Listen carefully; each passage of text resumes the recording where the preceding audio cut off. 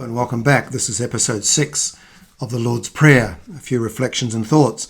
In the last couple of videos we looked at the context of Matthew, and now we're looking at the context of Luke. And some of this is a repeat and of the thoughts that Matthew had, but there's always a different twist or bend in what's being said that makes it gives a fuller picture, not just one person's. Obviously, something about the way Jesus prayed attracted the disciples. They saw the fact that John's disciples were taught by him to pray. And so they said, would you teach us to pray? We can see that prayer in your life is different than just the rote or the written prayers or the format of prayer that we're used to. And that's why Jesus introduced Father, because he introduced a sense of relationship and a sense of intimacy that was simply unknown to most people in the religious context. So Jesus rips it out of a religious rote context into a relational context. Very important. Also, I'd like to quote from Joel Green. He says that the Lord's Prayer contains a worldview centered on a gracious God, on dependence on God, and on the imitation of God, all understood against an eschatological horizon in which the coming of God and his sovereignty figures prominently.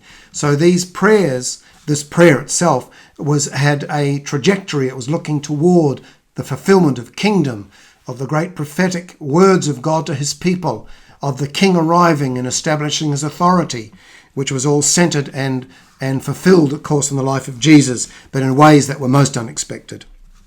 And because of that, by many rejected. So the picture of persistence crops up in Luke's thinking.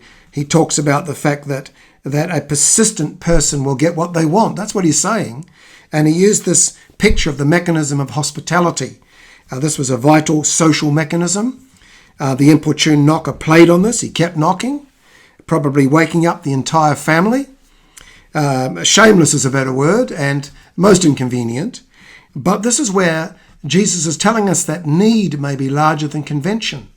And friendship may not do it. It may take something more to get the loaves of bread in this particular case. Politeness doesn't always open doors, can keep them thoroughly shut. And also there's this picture of a father. That these terms, how much more, were a standard Jewish argument. And this series of examples is so self-evident when he talks about a fish and a serpent and bread and a scorpion. It's like, of course, a father would not do that. Well, Jesus said that's exactly the point. And then he introduced something that Matthew didn't talk about, and that's he talked about the good things of Matthew and other writers as being the Holy Spirit. Because what he's saying is the Father will not deny if you asked for the Holy Spirit. This would have been unheard of.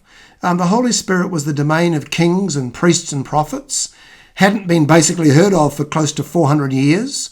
So some even wondered where the Spirit was. Had the Spirit left Israel? And Jesus is saying, no, the Spirit is available to those who in simple faith, like that of a child with a father, ask. This was most unexpected and would have been considered quite radical, that they asked for the Holy Spirit, which in our understanding is asking for God himself to fill us, which is the greatest gift. And so that sums up the actual thoughts and the context of Luke.